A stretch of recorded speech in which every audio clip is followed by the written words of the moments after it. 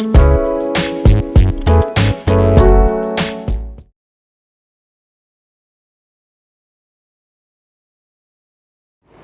भगवती के चरणों में सादर नमन करते हुए इस वीडियो को प्रारंभ कर रही हूँ। प्यारे बच्चों, मलेरिया पर मैंने पहले एक प्रश्न पूछा था, एक MCQ बनाई थी, उसी से संदर्भ में आज दूसरा बता रही हूँ आपको। पार्ट 2 है वो। ये क्वेश्चन ध्यान से सुनना, आंसर देना आप। राष्ट्रीय मलेरिया उन्मूलन कार्यक्रम, नेशनल मलेरिया इरेडिकेशन प्रोग्राम कब चलाया गया? नेशनल मलेरिया इरेडिकेशन प्रोग्राम कब चलाया गया? ऑप्शन आपके पास 1958, दूसरा है 1953, तीसरा है 1947, चौथा 1948। ऑप्शन क्या है? राष्ट्रीय मलेरिया उन्मूलन कार्यक्रम कब चलाया गया? अंग्रेजी वाले बच्चे, नेशनल मलेरिया इरेडिकेशन प्रोग्राम कब चलाया गया? ऑप्शन 1958, दूसरा 1953, तीसरा 1947, चौथा 1948। Which one is the correct answer? The correct answer is 1958 में राष्ट्रीय मलेरिया उन्मूलन कार्यक्रम चलाया गया। आज़ादी के बाद मलेरिया से बहुत लोगों की मृत्यु हो जाती थी। ये बहुत बड़ा बीमारी था मलेरिया, जो मच्छर के काटने से, मादा एनोफिलीज मच्छर के काटने से फैलता है। तो जब इतनी ज़्यादा संख्या में लोग बीमार रहने लगे, मलेरिया से मृत्यु होने लगी, तब राष्ट्रीय कार्यक्रम इसके उन्मूलन हेतु चलाया गया 1958 में। दूसरा क्वेश्चन आपके समक्ष है, राष्ट्रीय मलेरिया नियंत्रण कार्यक्रम कब चलाया गया?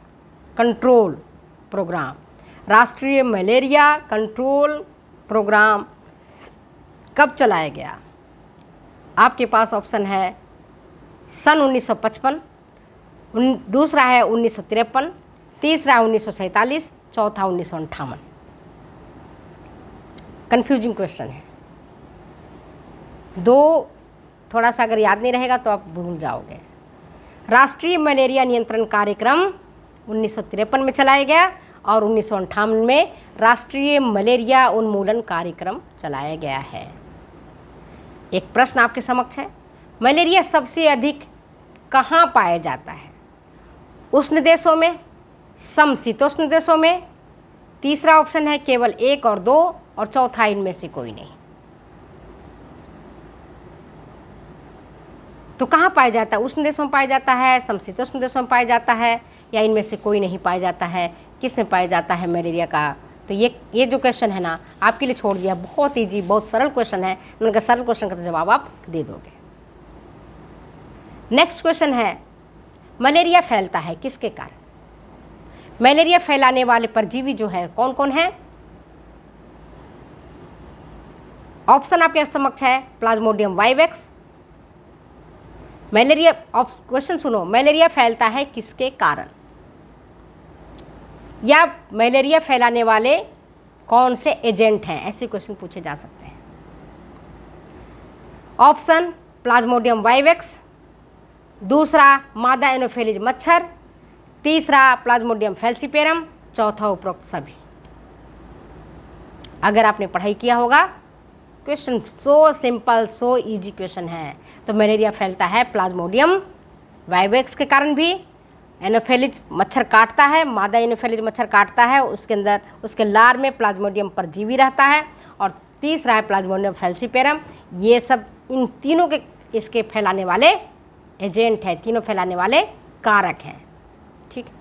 नेक्स्ट क्वेश्चन आपके समक्ष, नर तथा मादा गैमेटोगोनी में बदल जाता है।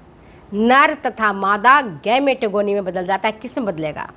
मेरोजोइट में पहला, दूसरा साइजोंट, तीसरा ट्रोफोजोइट, चौथा इनमें से कोई नहीं। करेक्ट आंसर क्या है? करेक्ट आंसर नर तथा मादा गैमेटोगोनी में बदल जाता है, किस में बदलेगा? मेरोजोइट में। ये मैंने मलेरिया को पूरा डिटेल से पढ़ाया हुआ है, आप उस टॉपिक को ध्यान से देखना जो मैंने आपको पढ़ाया हुआ है, और उसके बाद ही मैंने उसमें से निचोड़ करके क्वेश्चन खींचे हैं। ठीक है, किससे बदलेगा? ये मीरोजॉइट में बदलता है। नेक्स्ट क्वेश्चन है, तीसरा क्वेश्चन है ये कि मादा एनोफेलिज मच्छर में प्लाज्मोडियम परजीवी का किस तरह का प्रजनन होता है? मादा एनोफेलिज मच्छर में प्लाज्मोडियम परजीवी का किस तरह का प्रजनन होता है? पहला है लैंगिक प्रजनन, दूसरा है अलैंगिक प्रजनन, तीसरा है उपरोक्त दोनों ही, चौथा है इनमें से कोई नहीं। सही उत्तर क्या है? सही उत्तर है लैंगिक प्रजनन। मादा एनोफेलिज मच्छर में प्लाज्मोडियम परजीवी का लैंगिक प्रजनन होता है, सेक्सुअल रिप्रोडक्शन होता है। समझ के बात को? कौन सी होगा? मादा एनोफिलिज मच्छर में प्लाज्मोडियम परजीवी का लैंगिक प्रजनन होता है। नेक्स्ट क्वेश्चन है आपके पास, मनुष्य के रक्त में उपस्थित गैमेटोगेनी कुछ समय के बाद बदल जाता है, किस रूप में? प्रश्न क्या है? मनुष्य के रक्त में उपस्थित गैमेटोगोनी कुछ समय के बाद बदल जाता है, किस रूप में? किसमें बदलता है? आपके ऑप्शन है गैमेटोसाइट के रूप में, दूसरा है स्पोरोजॉइट के रूप में, तीसरा है मीरोजॉइट के रूप में, और चौथा है इनमें से कोई नहीं। क्वेश्चन फिर से ध्यान से सुनो। मनुष्य के रक्त में उपस्थित गैमेटोगोनी कुछ समय बाद बदल जाता है, पहला गैमेटोसाइट के रूप में, दूसरा स्पोरोजॉइट के रूप में, तीसरा मीरोजॉइट के रूप में, चौथा इनमें से कोई नहीं। सही उत्तर क्या है? मनुष्य के रक्त में उपस्थित गैमेटोगोनी कुछ समय के बाद गैमेटोसाइट में बदलता है। गैमेटोगोनी से याद रखना, गैमेटोगोनी किस में बदलेगा? गैमेटोसाइट में बदलेगा। नेक्स्ट क्वेश्चन है, नेक्स्ट क्वेश्चन आपके समक्ष है, गैमेटोसाइट्स का विकास होता है, कहाँ विकास होता है? गैमेटोसाइट्स का विकास होता है मच्छर के पेट में, या मनुष्य के आंत में, या मनुष्य के यकृत में, या मनुष्य के रक्त में। कहाँ होगा? बोलो। गैमेटोसाइट का विकास होता है मच्छर के पेट में। गैमेटोसाइट का विकास कहाँ होगा? मच्छर के पेट में। नेक्स्ट क्वेश्चन आपके समक्ष है, जाइगोट बनता है।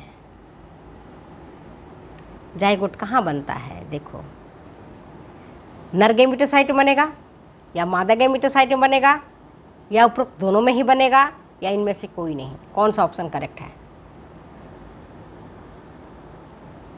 बोलो, इजी क्वेश्चन है। जाइगोट बनता है मादा गैमेटोसाइट्स में। जाइगोट कहाँ बनेगा? मादा गैमेटोसाइट्स में जाइगोट बनता है। नेक्स्ट क्वेश्चन है आपके पास, वो ये कि गतिशील जाइगोट को कहते हैं, मोटाइल जाइगोट को क्या कहते हैं? ओकाइनेट कहलाता है, या ओसिस्ट कहलाता है, स्पोरोजॉइट कहते हैं, या इनमें से कोई नहीं। क्या सही उत्तर है? गतिशील जाइगोट को कहते हैं, क्या कहते हैं गतिशील जाइगोट को? ओकाइनेट, ओसिस्ट, स्पोरोजॉइट, या इनमें से कोई नहीं। सही उत्तर क्या है? गतिशील जाइगोट को कहते हैं ओकाइनेट। गतिशील जाइगोट को क्या कहते हैं हम? ओकाइनेट बोलते हैं। नेक्स्ट क्वेश्चन आपके पास, चौथा उत्तर है, क्वेश्चन है आपके पास, मच्छर के आमाशय को छेद कर डालता है। मच्छर के पेट को छेद कर डालता है, कौन छेद करता है? ओकाइनेट करता है, ओसिस्ट करता है, या उपरोक्त दोनों करता है, या इनमें से कोई नहीं। मच्छर के पेट को कौन फाड़ देता है? कौन आमाशय को छेद करके बाहर निकलता है? उसका नाम क्या है? सही उत्तर है आपका ओकाइनेट। सही उत्तर क्या है उसमें? ओकाइनेट है। एक क्वेश्चन और है आपके पास, वो ये कि ओकाइनेट जब अपने ऊपर एक आवरण बना लेता है, एक कवच बना लेता है, ठीक है, तो उसको हम क्या कहते हैं? जब वो अपने ऊपर एक कवच बना लेता है तो उस स्थिति को हम क्या कहते हैं? बोलो। मीरोजॉइट कहलाता है, साइजोन कहते हैं, स्पोरोजॉइट कहते हैं, या ओसिस्ट कहते हैं? क्या कहते हैं? सही उत्तर क्या है? वो काइनेट जब अपने ऊपर एक झिल्ली बना लेता है, एक आवरण कहलाता है, तो उस स्थिति को हम कहते हैं ओसिस्ट। क्या कहलाएगा? करेक्ट आंसर क्या है? ओसिस्ट होगा। सही उत्तर क्या होगा? ओसिस्ट होगा। नेक्स्ट क्वेश्चन है, वो ये गैमीटोगोनी का निर्माण कौन करता है? गैमीटोगोनी का निर्माण कौन करता है? नर एनोफेलिज मच्छर करता है, मादा एनोफेलिज मच्छर करता है, मीरोजॉइट करता है, और ट्रोफोजॉइट करता है? कौन करता है? सही उत्तर क्या है? मीरोजॉइट करता है। गैमीटोगोनी का निर्माण मीरोजॉइट करता है। यह रक्त परिसंचरण के दौरान रक्त में प्रवेश पाने के बाद कुछ मीरोजॉइट तो इनएक्टिव हो जाता है और वे कुछ ही दिनों के बाद मेल और फीमेल एनोफेलिज पैरासाइट के रूप में बदल जाता है। तो चलो हम अपने वीडियो के यहीं विराम देते हैं, फिर मिलते हैं अगले